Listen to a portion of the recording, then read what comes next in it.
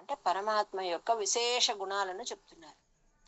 అంటే ఎవరి వెలుగు వల్ల అయితే, అంటే ఏ వస్తువు లేక ఎవరి వెలుగు వల్ల అయితే ఈ మొత్తం జగత్తంతా ప్రకాశిస్తోందో, ఎవరి నుంచి అయితే ఈ ప్రపంచం ఆవిర్భావం జరుగుతోందో, తిరిగి మళ్ళీ అదే దేనిలో ఐక్యమైపోతుందో, ఏది నీ స్వరూపమో, ఏది విలక్షణమైన నీ స్వరూపము, అట్లంతా చెప్తూ చెప్తూ ఇంకా ఎట్లాంటిది నీ తత్వము అంటే వాక్కుకు అందదు, మనస్సుకు దూరము. ఎవరి యొక్క తత్వాన్ని ఆ దేవతలు మునీంద్రులు కూడా తెలుసుకోలేక ఇంకా ఇంకా సాధన చేస్తున్నారు. ఇంకా మామూలు మనుషుల సంగతి ఎలా చెప్పేందుకు సాధ్యమవుతుంది? అట్లాంటి పరమాత్మవైన నీకు నమస్కారము అని చెప్తున్నారు. అంటే నువ్వు ఎట్లాంటి వాడివి అంటే వర్ణించడానికి వీలు కాని వాడివి. అంతా సృష్టి అంతా నీ స్వరూపమే, నీ తేజస్సు వల్ల ఇదంతా నడుస్తుంది. దేవతలు మునీంద్రులు అందరూ కూడా నీ యొక్క తత్వాన్ని తెలుసుకోలేకపోతున్నారు. వాళ్ళంతటి సాధనాపరులై కూడా తెలుసుకోలేకపోతున్నారు. ఇంకా సామాన్య మానవులు ఎలా తెలుసుకోగలరు? అట్లాంటి పరమాత్మవైన నీకు నమస్కారము అని చెప్తున్నారు.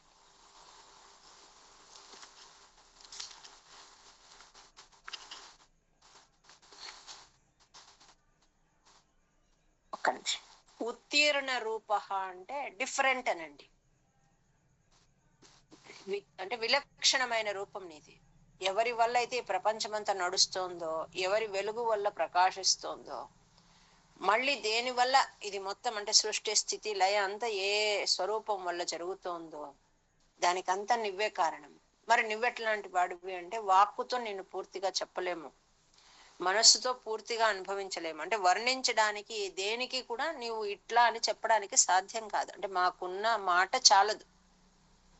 అట్లాంటి నీకు నమస్కారము అని చెప్తున్నాను. ఎప్పుడు భక్తులకు ఆనందంలో ముంచెత్తుతోంది, నీ వల్లనే ఇదంతా జరుగుతోంది. అట్లాంటి నీకు నమస్కారము అని చెప్తున్నాను.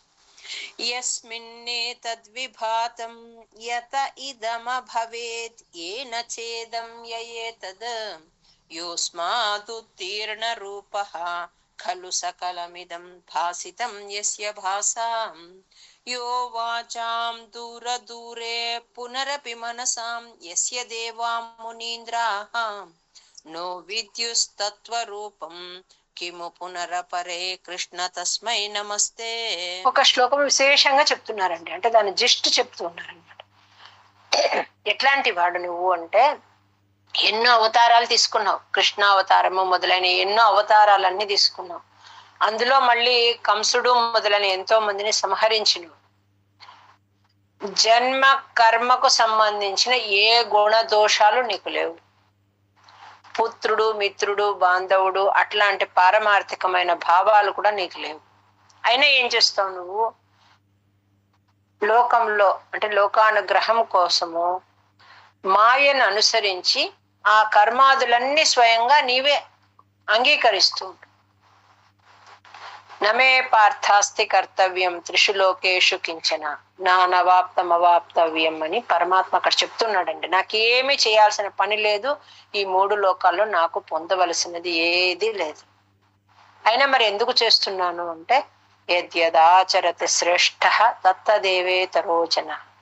నేను చేయలేదంటే అందరూ ఏమనుకుంటారు, కృష్ణుడు చేయలేదు కదా నేను చేయాల్సిన పని లేదని అనుకుంటారు. కాబట్టి అందరికీ మార్గదర్శకంగా ఉండడానికి కోసం చేస్తున్నానని చెప్తాడండి. అట్లా ఈయన లోకానుగ్రహం కోసము మాయను అనుసరిస్తూ ఈ జన్మాదులన్నీ స్వయంగా స్వీకరిస్తూ ఉన్నావు. నువ్వు ముక్తికి ధాముడవు. ఇంకా ఏమేమి అనుసరిస్తూ ఉన్నావు నువ్వు అంటే విద్య, అవిద్య, జ్ఞానము, ఐశ్వర్యం ఇట్లాంటి మహిమలన్నిటినీ బిభ్రత్ అంటే బాగా కనపరచడం అనమాట. అట్లా కనపరుస్తూ నువ్వు రకరకాల రూపాలు తీసుకుంటూ ఉన్నావు. స్థావర జంగమ పశు పక్షి సుర నర ఇన్ని రూపాలు, బహుతర అన్ని రూపాలను తీసుకుంటూ ఉన్నావు. శక్తులు ఏమేమి ఉన్నాయి? బిభ్రత్ శక్తిరా అంటే ఆ శక్తిహి అనేది అంటే ఏమేమి అంటే విద్య, జ్ఞానము, అవిద్య, ఐశ్వర్యము ఇట్లాంటి అన్ని మహిమలను నీవు చూపిస్తూ ఎన్నో రూపాలను తీసుకుంటున్నావు. రూపమే లేదు నీకు, ఆయన కూడా రూపం తీసుకుంటున్నావు. రూపరూపి అయినా నువ్వు మళ్ళీ ఎన్నో బహుతర రూపాలు తీసుకుంటున్నావు. అంటే స్థావర జంగమాది రూపాలు తీసుకుంటున్నావు, సురనర రూపాలు తీసుకుంటున్నావు, పశుపక్షాది రూపాలను అన్ని ధరిస్తూ ప్రకాశిస్తూ ఉన్నావు. నువ్వు ఆశ్చర్య స్వరూపుడువై ఉన్నావు, నువ్వు మోక్ష స్వరూపుడవు, ఆనంద స్వరూపుడు. అట్లాంటి నీకు నమస్కారము అని చెప్తున్నారండి. జన్మాథో కర్మ నామ స్ఫుటమిహ గుణ దోషాదికం వా నయస్మిన్ లోకానామూతయే యః స్వయమనుభజతే తాని మాయానుసారీ బిభ్రచ్చక్తిర రూపోపి చ బహుతర రూపో వభాత్యద్భుతాత్మా తస్మై కైవల్యధామ్నే పరరస పరిపూర్ణాయ విష్ణో నమస్తే. ఇక్కడ చెప్తున్నారండి ఏమని, ఎన్నో రూపాలతో నువ్వు తీసుకుంటున్నావు, అన్ని రూపాలు తీసుకుంటున్నావు అని గత శ్లోకంలో అంటే 2వ శ్లోకంలో చెప్పుకున్నాం. బహుతర రూప అని అంటే స్థావర జంగమాత్మకమైన ఎన్నో రూపాలతో నువ్వు ఉన్నావు. అంటే పశుపక్షాది రూపాల్లో ఉన్నావు, దైవ రూపంలో ఉన్నావు, స్త్రీ పుంస నపుంసక రూపము, ద్రవ్యము, కర్మేంద్రియం అన్నిట్లో ఉన్నావు. కానీ ఏవి నీవు కావు. అన్నిట్లో ఉన్నావు. స్త్రీ రూపమా అంటే కాదు, ఇంకొకటి అంటే కాదు. ఏది అన్నిట్లో ఉన్నా వేట్లోనూ లేనట్టు. అన్ని రూపాలతో ఉన్నావు, అన్నిట్లో ఉన్నట్టున్నావు, కానీ ఏవి నీవు కాదు. అంటే జడ భిన్నమైన చైతన్య స్వరూపుడవు నీవు. ఇంకా ఏం చెప్తుంది వేదము నీ గురించి చెప్పేటప్పుడు, ఇది నీవు అని చెప్పదు. మ్యాక్సిమం ఎక్స్టెంట్కి వెళ్ళి చెప్పి ఇంతకన్నా ఇంకా ఇంకా గొప్పది, ఇది కాదు ఇంకా ఇంకా అంటే దీన్ని ఎట్లా చెప్పాలి అంటే, ఇప్పుడు మనం ఏదైనా ఒక మంచి పదార్థం, మధుర పదార్థం తిన్నాం అనుకోండి, ఎట్లా ఉంది అంటే చాలా బాగుంది అంట. ఎంత బాగుందంటే మాటల్లో చెప్పలేము అంట. అట్లా పరమాత్మను ఎవరైనా దర్శించిన వాడు ఎట్లా ఉన్నాడు, పరమాత్మ ఎవరిలాగా ఉన్నాడు అంటే చాలా బాగున్నాడు అంటారు. మనకు తెలిసిన ఏదైనా ఎవరైనా బాగున్న వాళ్ళ గురించి చెప్పి ఇట్లా ఉంటాడా అంటే కాదు కాదు, ఇంకా బాగున్నాడు. ఇంకెవరి గురించి అయినా చెప్పి అంటే మన అందరికీ తెలిసిన ఒక వ్యక్తి గురించో లేకపోతే ఒక వస్తువు గురించి చెప్పి ఇట్లనా ఇట్లనా అంటే కాదు కాదు, అంతకన్నా ఇంకా గొప్పగా ఇంకా గొప్పగా ఇంకా గొప్పగా అట్లా. అంటే ఇది కాదు ఇది కాదని వేదం చెప్తుందండి. చెప్తూ ఇంతకన్నా అపురూపమైంది నేతి నేతి అంటారనమాట దాన్ని. అంటే ఇలా కాదు ఇలా కాదు ఇలా కాదు. అట్లా పరమాత్మని దర్శించిన వాడు, ఆ అనుభవాన్ని పొందిన వాడు వేరే వాళ్ళకి చెప్పాలంటే చెప్పలేకపోతున్నాడండి.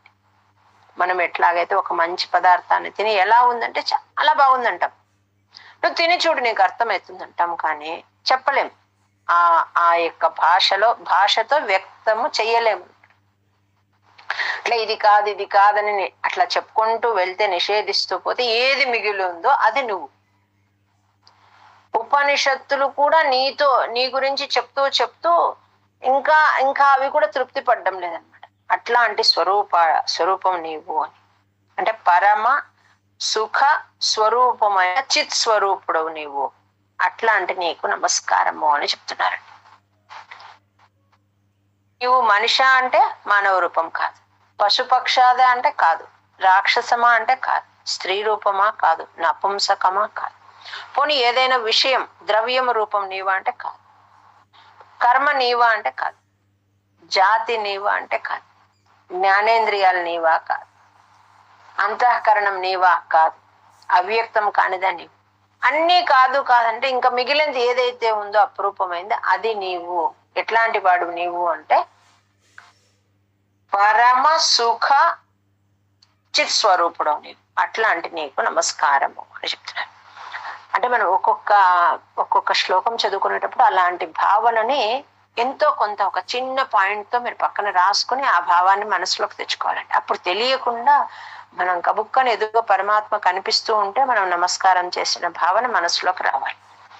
నో తిర్యంచం న మర్త్యం నచ సురమసురం న స్త్రియం నో పుమాంసం న ద్రవ్యం కర్మ జాతిం గుణమపి సదసద్వాపి తే రూపమాహుః శిష్టం యస్యా నిషేధే సతి నిగమశతైర్లక్షణావృత్తితస్తత్ కృచ్ఛ్రేణ వేద్యమానం పరమ సుఖమయం భాతి తస్మై నమస్తే.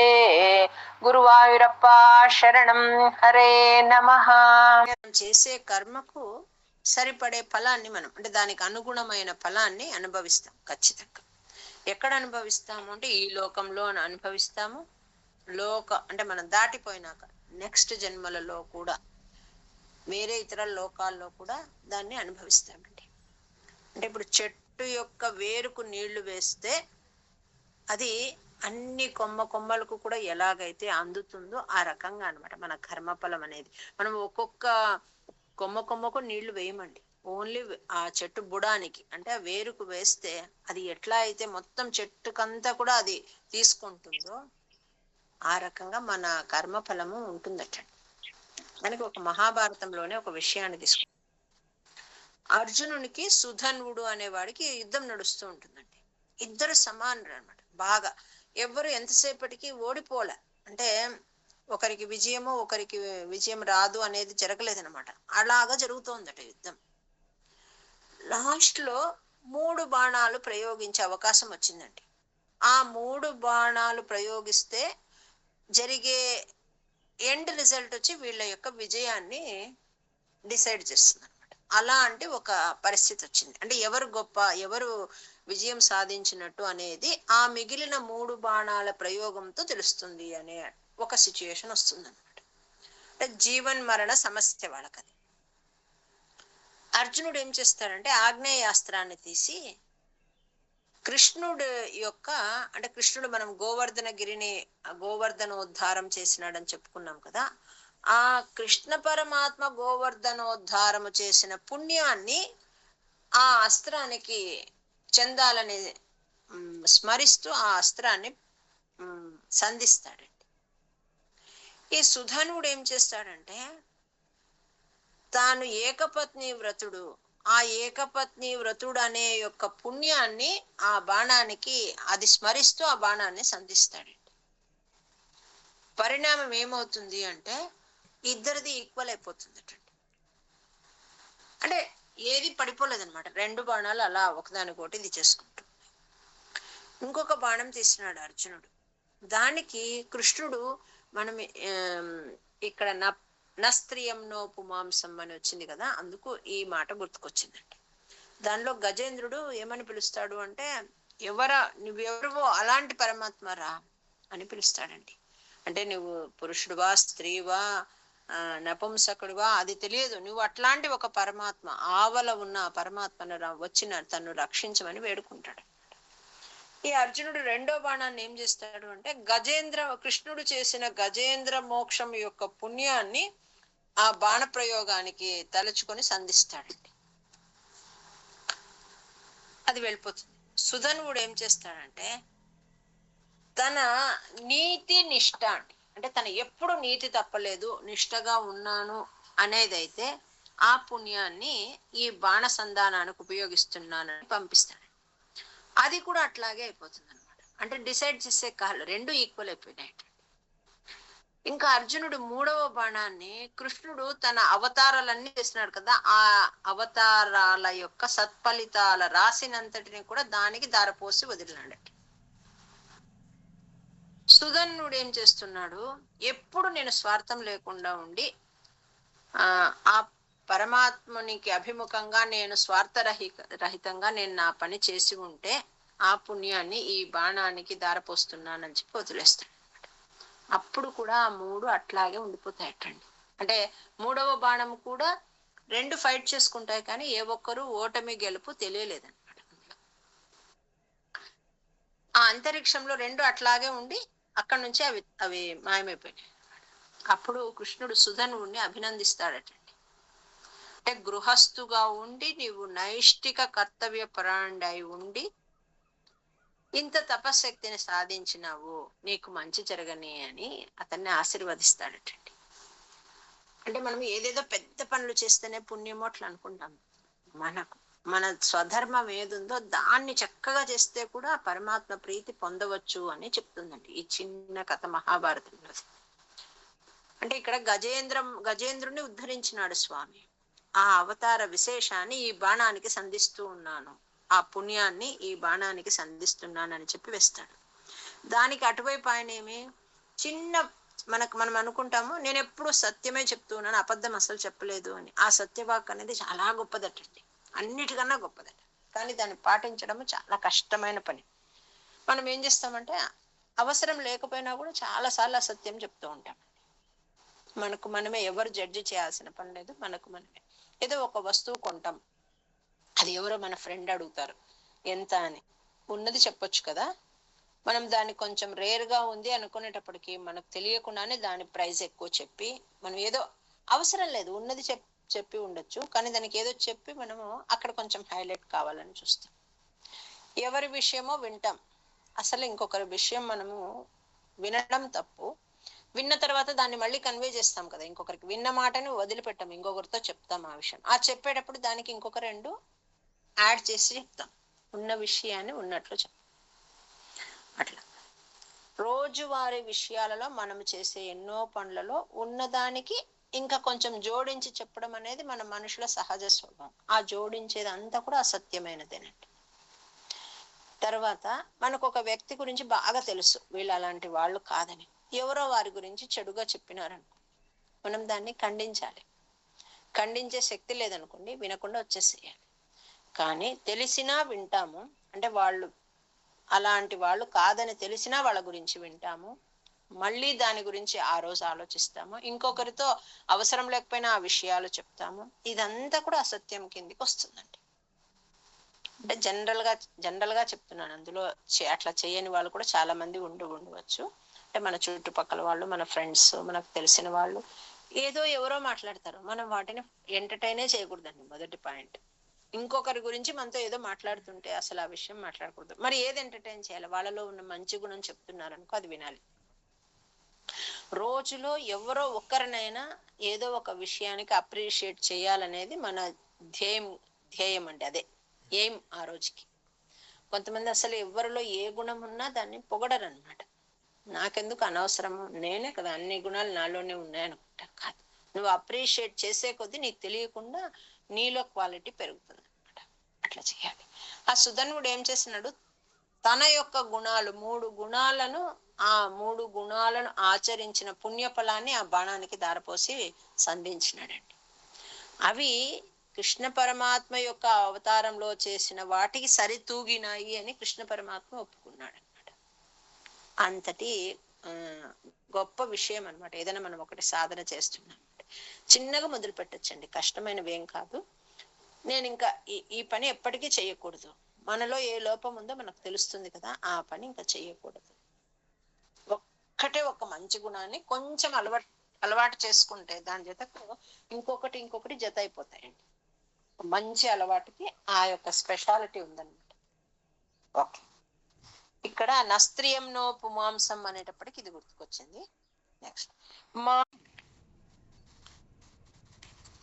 మాయను పెట్టుకొని నువ్వు, అంటే మాయ ఎందు ఉండి మహత్తత్వము, అహంకారము, తర్వాత ఈ భూతాలు, తన్మాత్ర భేదాలతో భూతాలు, ఇంద్రియాలు, వీటినన్నిటిని ఎట్లా సృష్టిస్తావు అంటే స్వప్న సంకల్పం లాగా ఉంటుంది నీ సృష్టి అని చెప్తున్నారండి.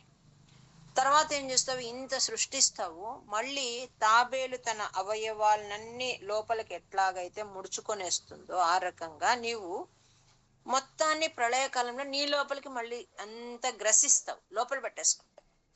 నీ ఒక్కడివే ఆ ప్రళయ కాలంలో ఉంటావు. అట్లాంటి నీకు నమస్కారం అని చెప్తున్నారండి. అంటే ఇక్కడ ఏం చెప్తారంటే ఈ తత్వాల గురించి కొంచెం ఎక్కువ చెప్తూ ఉన్నారండి. ఇక్కడ ఉద్ధవుడు చెప్తాడు, 28 తత్వాలు ఉన్నాయని నువ్వు చెప్పినావు, కానీ కొంతమంది 25 అంటారు, కొంతమంది 27 అంటారు, 29 అంటారు, రకరకాలు చెప్తారు, ఎందుకు అని అడుగుతాడు. మనలాగానే, అంటే మనం పాయింట్ కన్నా వేరే విషయాల గురించి ఎక్కువ ఆలోచిస్తాం. అప్పుడు ఆ పరమాత్మ చెప్తున్నాడు, ఇవన్నీ కూడా నావే, కానీ వారు లెక్క పెట్టుకునే దానిలో తేడా ఉంటుందని చెప్తాడండి. అంటే ఋషులు చెప్పిన సంఖ్యలన్నీ కరెక్టే, కానీ కొన్ని తత్వాలను వాళ్ళు కలుపుకోలేదు అంతే అని చెప్తున్నాడు. అంటే ఇప్పుడు దశేంద్రియాలు, పంచ తన్మాత్రలు, పంచభూతాలు, మనస్సు, బుద్ధి, చిత్తము, అహంకారము కలిసి 24 తత్వాలు. కొందరు ఏం చేస్తారంటే జీవుడిని ఈశ్వరుని కూడా కలుపుకొని 26 అంటారు, కాలంతో ఇంకొంతమంది కలుపుకొని 27 అంటారు. కొందరు జీవుడు ఈశ్వరుడు రెండు ఒకటే అని 25 అని చెప్తారు. పురుషుడు ప్రకృతి మహత్తత్వము అహంతత్వము ఈ 24 కూడా జత చేసి 28 అని నేను చెప్తున్నాను. దశేంద్రియాలు మనస్సు కలిపి 11 మాత్రమే అని కొందరు లెక్క అంటారు. ఇది తత్వం గురించి కొంచెం ఎక్కువ మనము అర్థం చేసుకుంటే గానీ ఇది సరిగా తెలియదండి. అంటే ప్రకృతి పురుషుడు రెండు ఒకటి కాదు. జీవుడు అణువు, ఈశ్వరుడేమో అంతా వ్యాపించి ఉన్న విభుడు అని చెప్తున్నారండి.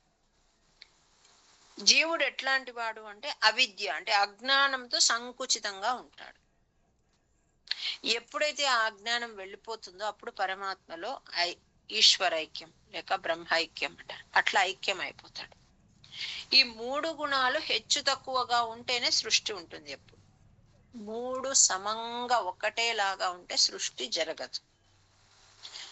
ఈ కాలం వల్ల ఏమవుతుంది అంటే త్రిగుణాలలో సమతూకం అంతా చెదిరిపోతుంది అనమాట. చెదిరిపోయి అప్పుడు సృష్టికి ప్రేరణ కలుగుతుంది అనమాట. హెచ్చు తగ్గులు ఏర్పడితేనే సృష్టి జరుగుతుంది.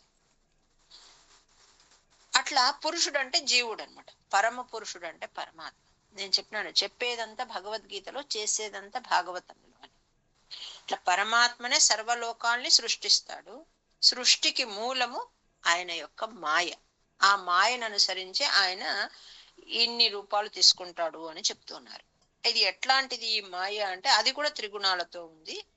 ఆ మాయనే త్రిగుణాలను అంత మేళవించి రకరకాల శరీరాలను తయారు చేస్తుంది. భేదభావాలు ఉండేటట్లు చేస్తుంది ఆ శరీరాలలో. అవన్నీ కూడా ఎట్లా ఉన్నాయి అంటే మనం భగవద్గీతలో మీరందరూ చదువుకున్న ఆధ్యాత్మిక, ఆది దైవిక, ఆది భౌతిక అనే 3 శక్తులకు లోనే ఉందండి అంతా కూడా. ఇంకా ఎగ్జాంపుల్ చెప్పాలంటే ఇప్పుడు కన్ను చక్షురింద్రియము అంట, అది ఆధ్యాత్మికం అనుకోండి. మరి కనబడేది ఉంది కదా, ఏదో చూసే వస్తువు, అది ఆది భౌతికం. మరి ఆ కంటికి చూసే శక్తి కావాలి కదండి. ఊరికే కన్ను ఉంటే సరిపోదు. మనకు కనబడే ఈ కన్ను ఆకారం వేస్ట్ అండి. దానిలో పరమాత్మ ఒక శక్తిని పెట్టినాడు. ఆ శక్తే అధిష్టానం. చక్షురింద్రియం అంటే కన్ను అనేది ఆధ్యాత్మికం అని అనుకుంటే, దానికి దృశ్యం అంటే చూస్తూ ఉంటాం కదా, అది ఆది భౌతికం. మరి ఆ కంటికి చూడగలిగే శక్తి ఇచ్చే దైవం ఏదైతే ఉందో, కాంతి ఏదైతే ఉందో, అది అధిష్టానము అంటారండి.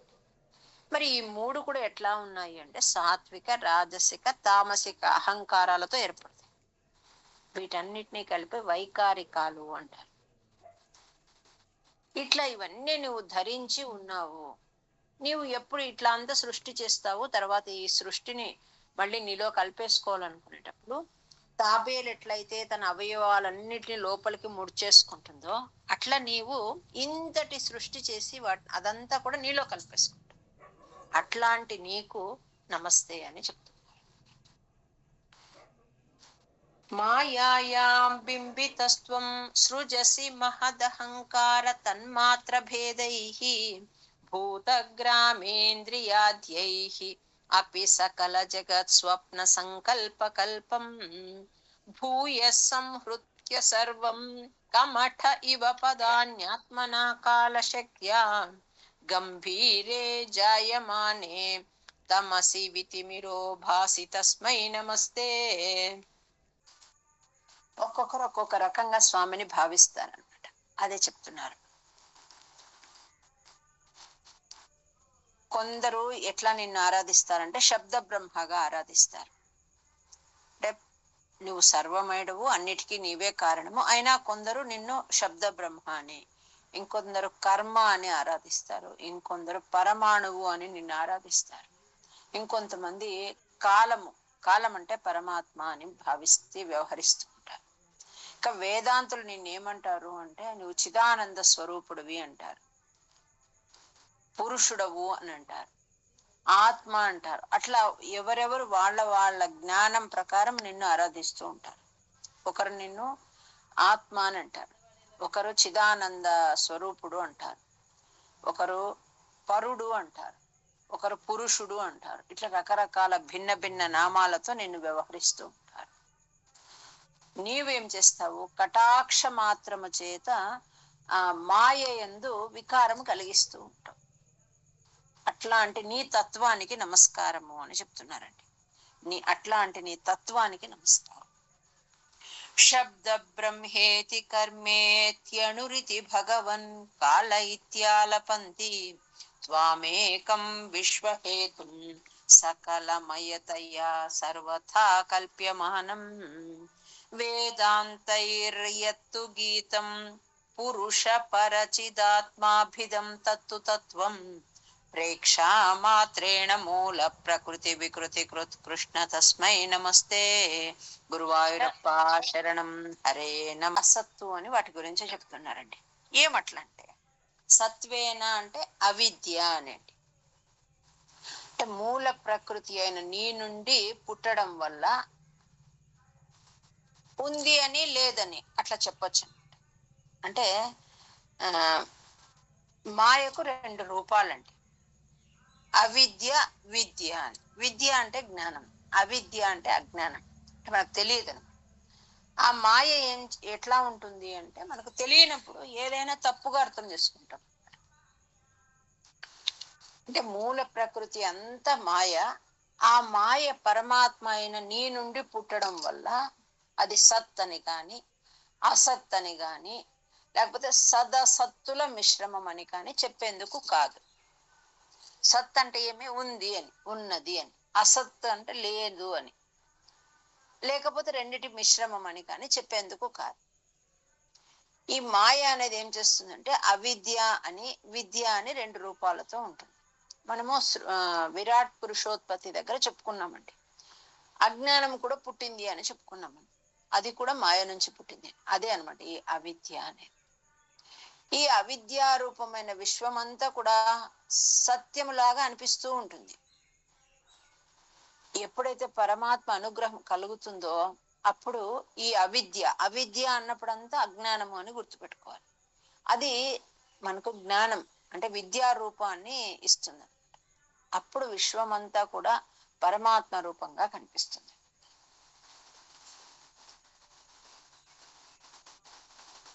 ఇది ఎట్లా ఉంటుంది అంటే మనం చీకటిలో ఒక తాడును చూసి పామని ఎట్లా భావిస్తామో, వెంటనే మనం ఒక టార్చో ఇంకేదైనా వేసుకొని చూసినప్పుడు అది పాము కాదు తాడని ఎట్లా అయితే మనము ఆ భ్రమ నుంచి దూరం అయిపోతామో ఆ రకంగా అన్నమాట. ఇది ఎట్లా ఉంటుంది అంటే ఈ సర్ప భ్రాంతి అంటారు దాన్ని. అంటే మనలో అజ్ఞానం ఉన్నప్పుడు ఆ చీకటిలో ఇట్లా పడిపోయిన తాడును చూసి మనం ఎట్లాగైతే పాము అనుకుంటామో అట్లా ఈ శరీరాది అహంకార అభిమానాలన్నిటినీ కలుగజేస్తుంది అనమాట. ఏది? అవిద్య. పరమాత్మ యొక్క దయ కలిగితే పెద్దవాళ్ళ మాట అంటే గురువుల వాక్యం వల్ల మనకేమైతుందంటే ఆ జ్ఞానం వెళ్ళిపోయి ఈ సంసార రూపమైన ఈ సాగరం ఈ అరణ్యాన్ని మనం ఛేదించుకొని బయటకు వస్తాం అనమాట. ఎట్లా ఛేదిస్తాము అంటే పరశుతాం అంటారు. అంటే పరశుతాం అంటే గండ్రగొడ్డలి రూపంతో మనకు త్రుటన అంటే ఖండించడం అనమాట. ఈ అజ్ఞానం అంతా ఖండన అయిపోతుంది. దేంతో ఖండనం అయిపోతుంది? గండ్రగొడ్డలి రూపంతో ఖండన జరుగుతుంది. అదంతా కూడా నీ దయ వల్లే జరుగుతుంది అని చెప్తున్నాడు.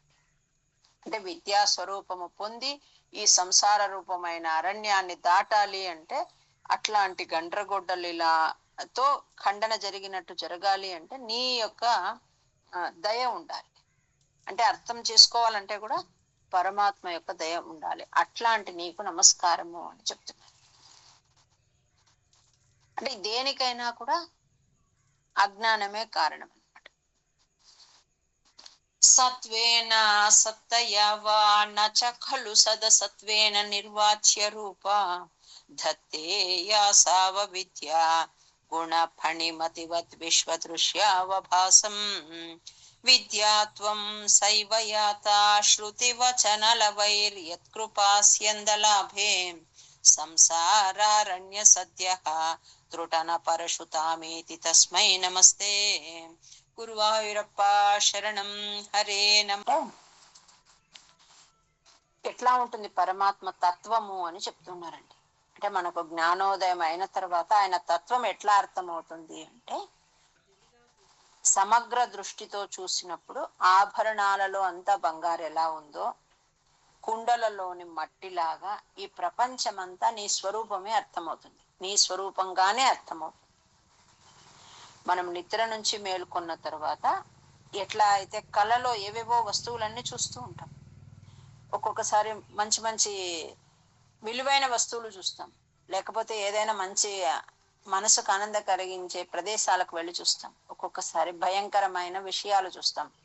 ఇట్లా స్వప్నంలో చూసిన విషయాలు మెలకు వచ్చిన తరువాత ఓ ఇది స్వప్నమే కదా, ఇది యథార్థం కాదని ఎట్లాగైతే భావిస్తామో అట్లా ఇందాక మనం చెప్పుకున్నట్లు దీపపు వెలుతురులో రజ్జు భ్రాంతి అంటే అది తాడే పాము కాదు అనే భావన ఎలాగైతే కలుగుతుందో అట్లా జ్ఞానోదయం అయిన తర్వాత నీ తత్వం బాగా బాగా పట్టుకోవడానికి అవుతుంది అనమాట, అంటే బాగా అర్థం అవుతుంది. అట్లాంటి నీకు నా నమస్కారము అని చెప్తున్నారు.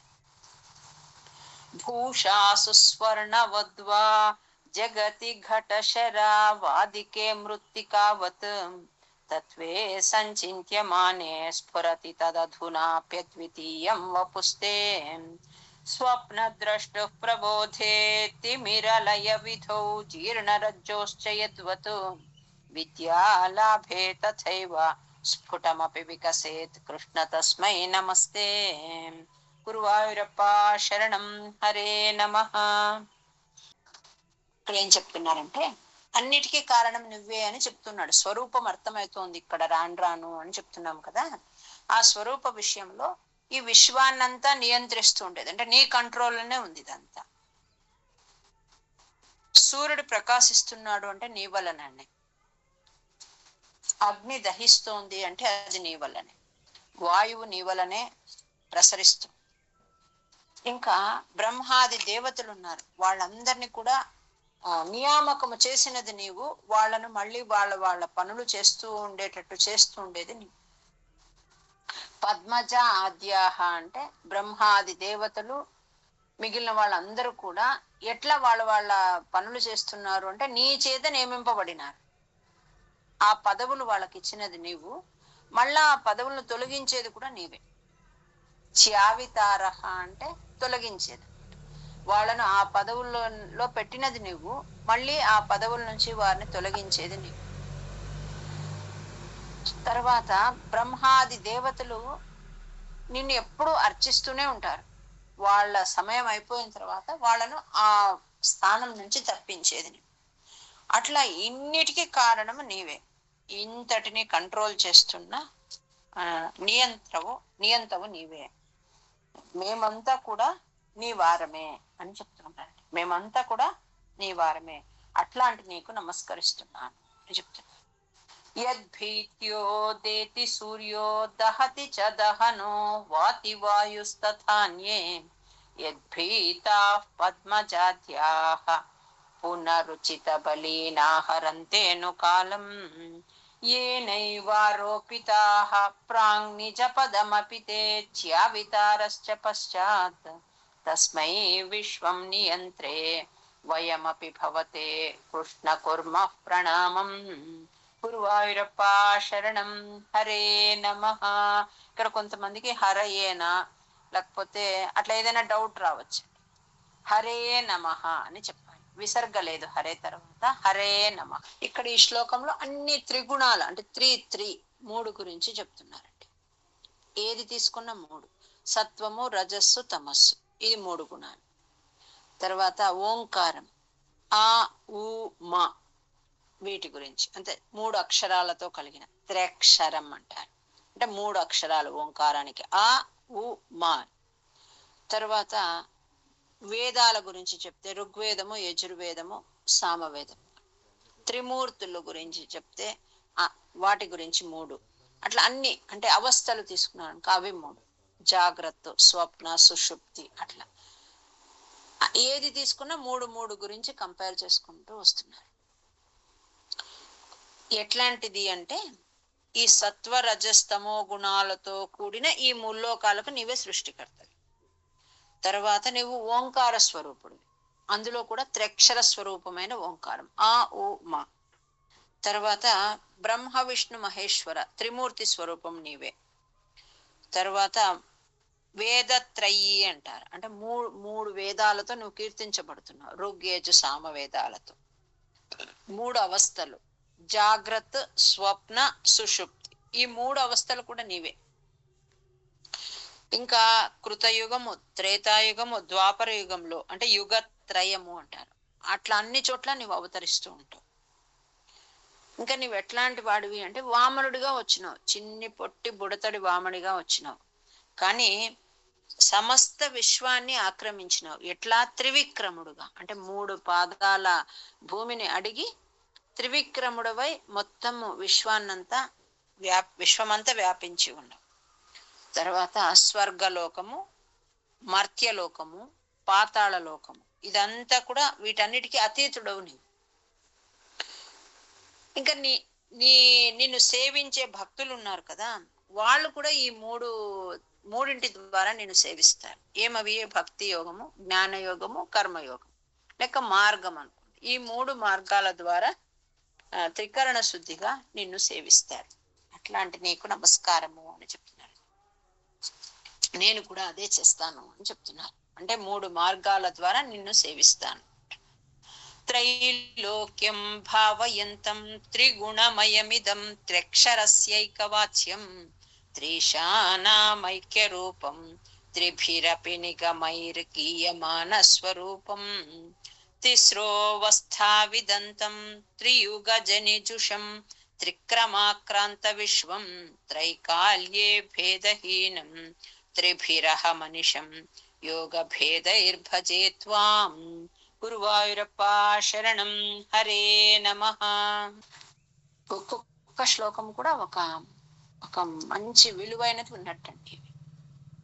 ఒకే ఒక్క శ్లోకాన్ని మనం నిరంతరం దాన్నే అట్లా అంటే మనసులో అనుకుంటూ అట్లా మననం చేస్తూ ఉంటే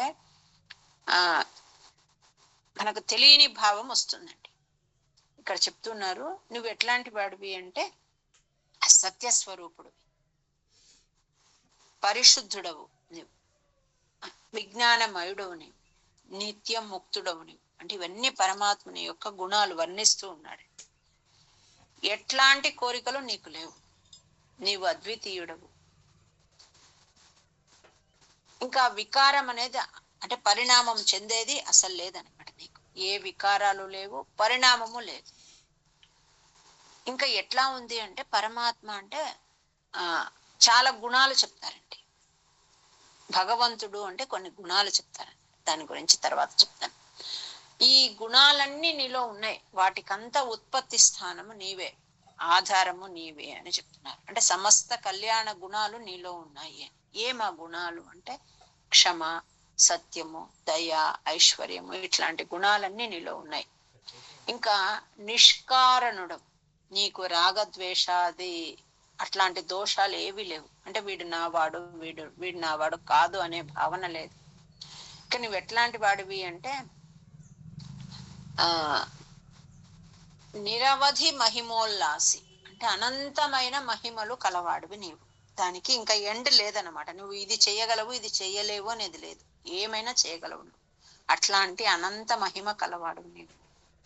ఇంకా మునులు ఎట్లా ఉంటారు అంటే నిస్సంగులే ఉంటారు. వాళ్ళ అంతరంగంలో నిన్ను ప్రతిష్ఠ చేసుకొని ఉంటారు. నిన్ను వాళ్ళ అంతరంగంలో బాగా మంచిగా ప్రతిష్ఠించుకొని ధ్యానిస్తూ ఉంటారు. అట్లాంటి వాడు నీవు, సాటి లేని వాడు నీవు, పరమానంద సాంద్ర చైతన్య ప్రకాశవంతుడు నీవు. అట్లాంటి నీ రూపం ఎట్లా ఉంది అంటే అద్భుతం అని చెప్తున్నారండి. నీ రూపానికి జయము అని చెప్తున్నారు. పైనంతా వర్ణించి అట్లాంటి చైతన్య రూపమైన అట్లాంటి నీ యొక్క చైతన్యమైన రూపానికి జయము కలుగుగాక అని చెప్తున్నారు. సత్వం శుద్ధం విబుద్ధం జయతి తవ వపుర్ నిత్యముక్తం నిరీహం నిర్ద్వంద్వం నిర్వికారం నిఖిల గుణగణ వ్యంజనాధారభూతం నిర్మూలం నిర్మలం తన్నిరవధి మహిమోల్లాసి నిర్లీనమంతః నిస్సంగానాం మునీనాం నిరుపమ పరమానంద సాంద్ర ప్రకాశం. గురువాయూరప్ప శరణం. హరే నమః. సర్వామయౌఖాత్ అంటే అన్ని రోగాల నుంచి, సమస్త రోగాల నుంచి నన్ను కాపాడు అని. సర్వామయౌఖాత్ అంటే సమస్త రోగాల నుంచి పాహి, నన్ను కాపాడు అని. ఏం చెప్తున్నారు ఇక్కడ? కాల రూపము, కాలమే పరమాత్మ అన్నమాట. కాల రూపమైన పరమాత్మ చక్రం అండి. ఎట్లాంటిది నీ చక్రము అంటే ఇది దాన్ని వర్ణిస్తున్నారు ఇక్కడ. అది ఎవరు దాన్ని వారించలేరు, అంటే దాన్ని అడ్డుకోలేరు అనమాట. ఆ చక్రానికి అరలు అంటారు కదండి, అవి అంటే కాలాన్ని ఆ చక్రంతో కంపేర్ చేస్తూ ఉన్నారు. ఆ చక్రానికి 12 అరలు ఉన్నాయి. అంటే మనకు కదా 12 months ఇయర్కు ఉన్నట్టు. తరువాత 300 పరిమిళత్ షష్ఠి పర్వాభివీతం అని చెప్తున్నారు. అంటే 365 days ఉన్నాయి దానికి. దాన్ని పర్వాలు అంటారు. 360 పర్వాలు ఉన్నాయి అని చెప్తున్నారు. ఎట్లా ఉంటుంది అది అంటే ఫాస్ట్ గా తిరిగిపోతూ ఉంటుంది. 300 పర్వదినాలతో 12 నెలలతో ఉన్న నీ కాలచక్రం ఎట్లాంటిది అంటే దాన్ని ఎవరు తట్టుకోలేరు, ఆపలేరు అనమాట. దాని వేగం క్రూర వేగాత్ అంటే చాలా వేగంతో తిరుగుతూ ఉంటుంది. ప్రతి క్షణము లోకాన్నంతా కూడా అది చుట్టి వచ్చేస్తుంది, ఆక్రమిస్తూ ఉంటుంది. నీ కాలచక్రం అంటే నీ రూపమైన ఈ కాలచక్రము నన్ను బాధ పెట్టకుండా చూసుకో అని చెప్తున్నాడండి. నాకు అన్ని రోగాల నుంచి నన్ను రక్షించి ఈ చక్రము నన్ను బాధ పెట్టకుండా ఉండేటట్లు చూడు అని చెప్తున్నాడు. త్వత్పదైకావలంబం అంటే నేను నీ పాద భక్తుడను, నీ పాదాలను ఆశ్రయించి ఉన్నాను. నన్నది వ్యథయతు నన్ను బాధ పెట్టకుండా ఉండేటట్టుగా చూడు ఓ కారుణ్య సింధో అని వేడుకుంటున్నారు. దుర్వారం ద్వాదశారం 300 పరిమిళత్ షష్ఠి పర్వాభివీతం సంభ్రామ్యత్ క్రూర వేగం క్షణమను జగదాచ్ఛిద్య సంధావమానం చక్రంతే కాల రూపం వ్యథయతు నతు మాం త్వత్పదైకావలంబం విష్ణో కారుణ్య సింధో పవన పురపతే పాహి సర్వామయోఘాత్. 99లో లాస్ట్ 2 శ్లోకాలు తీయండి. 99.9 and 10 విజయశ్రీ దువ్వా గారు అని చెప్పుకుంటాం. అదే వామనావతారంలోనే స్వామి త్రివిక్రముడై పెరుగుతాడు అని చెప్పుకున్నాం. ఆ త్రివిక్రమ రూపం గురించి ఇక్కడ చెప్తూ ఉన్నారండి. నీవు త్రిభువన రూపం అంటే త్రివిక్రమ రూపాన్ని ధరించినప్పటికీ కూడా దానికి అతీతుడై శుద్ధ జ్ఞాన స్వరూపుడుగా కూడా ఉన్నావు. నీ మహిమ ఇంత అని చెప్పడానికి వీలు కాదు.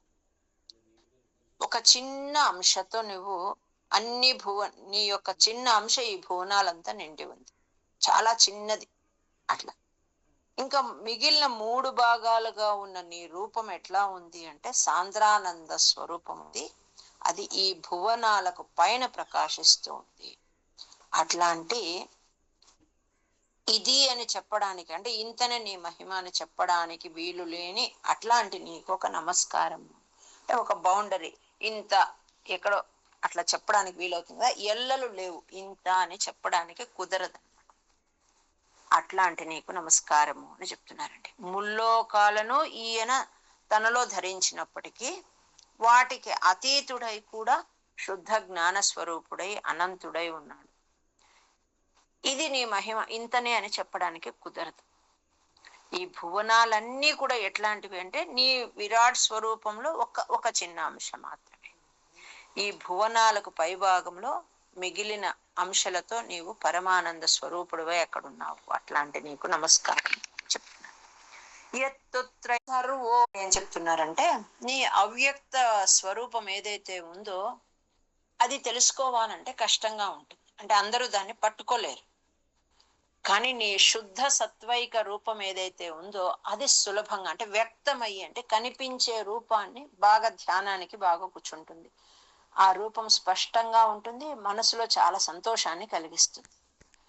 నాకది అన్నిటికన్నా ఉత్కృష్టమైన రూపం. ఇక్కడ భట్టాద్రి గారు చెప్తుంది గురువాయూరులో వెలిసి ఉన్న కృష్ణమూర్తి గురించి చెప్తూ ఉన్నారండి. ఆ కృష్ణస్వామి యొక్క మూర్తి ఇది నాకు చాలా బాగుంది.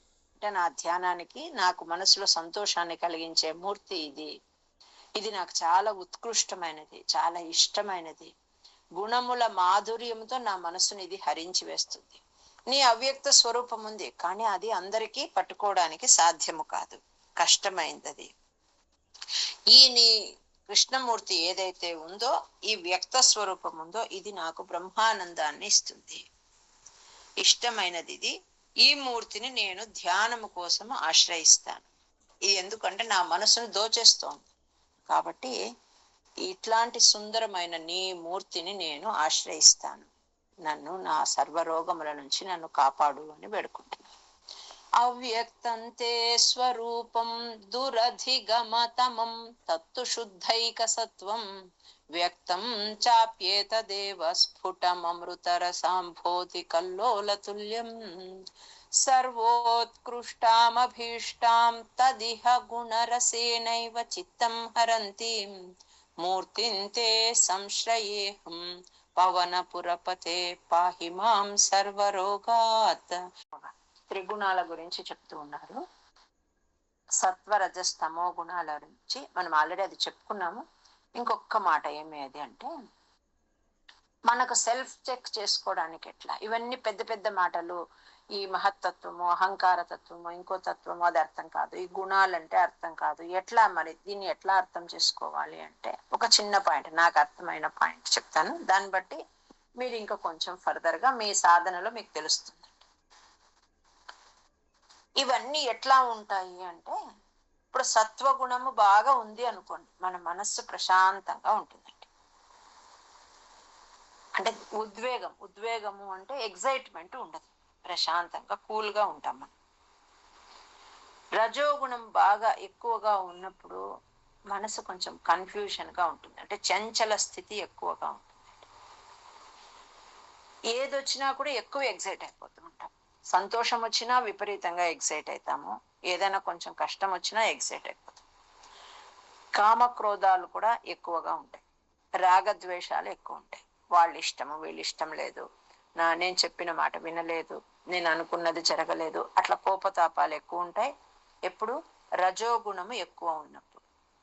ఇంకా తమో గుణం ఎక్కువగా ఉన్నప్పుడు ఎట్లా ఉంటుంది అంటే, బుద్ధి కొంచెము లేజీగా ఉంటుంది, కొంచెం మత్తుగా ఉంటుంది. ఆ మత్తు వీడితే కొంచెం పగ ఇవన్నీ ఎక్కువైపోతాయి అన్నమాట. అది తమో గుణ లక్షణం అండి. ఇవి అందరిలో ఉంటాయి, అన్ని వస్తువుల్లో ఉంటాయి, అందరిలో ఉంటాయి. మరి ఈ సత్వగుణము బాగా ఎక్కువగా ఉన్నప్పుడు మనకు దేహత్యాగం లభించింది అనుకోండి. అప్పుడు ఏమైతుంది అంటే, ఆ జీవి ఊర్ధ్వలోకాలకు వెళ్ళిపోతాడండి. రజోగుణం ఎక్కువగా ఉన్నప్పుడు మరణిస్తే ఏమవుతుంది అంటే, మళ్ళా భూలోకానికి తిరిగి వస్తాడు.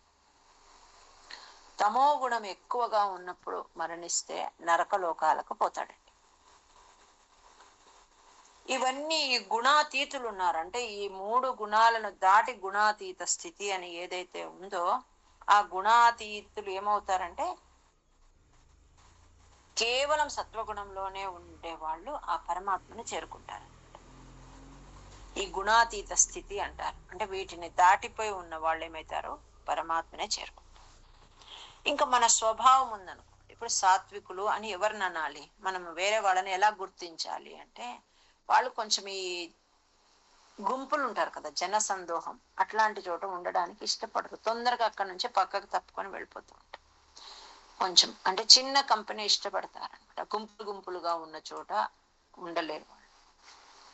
రాజసికులు ఎట్లా ఉంటారు అంటే, వాళ్ళు ఎట్లాంటి చోట ఉంటారు అంటే, ఒకవేళ మనకు అలాంటి నేచర్ ఉంటే మనల్ని మనం కరెక్ట్ చేసుకోవచ్చండి. బాగా రద్దీగా ఉన్న చోట ఇష్టమవుతుంది వాడు. ఏదో మీటింగ్ జరుగుతుంటుంది, అక్కడ పోయి ఇంట్రెస్ట్ అనమాట, వినాలి, తెలుసుకోవాలి అని. ఆ కార్యకలాపాలన్నీ జరుగుతూ ఉంటాయి చూడండి, అలాంటి చోటకి పోతారు. అక్కడ ఏదో సబ్జెక్ట్ టాపిక్ పైన హార్ట్ డిస్కషన్ నడుస్తూ ఉంటుంది, అది ఇష్టమైతూ ఉంటుంది వాళ్ళకు.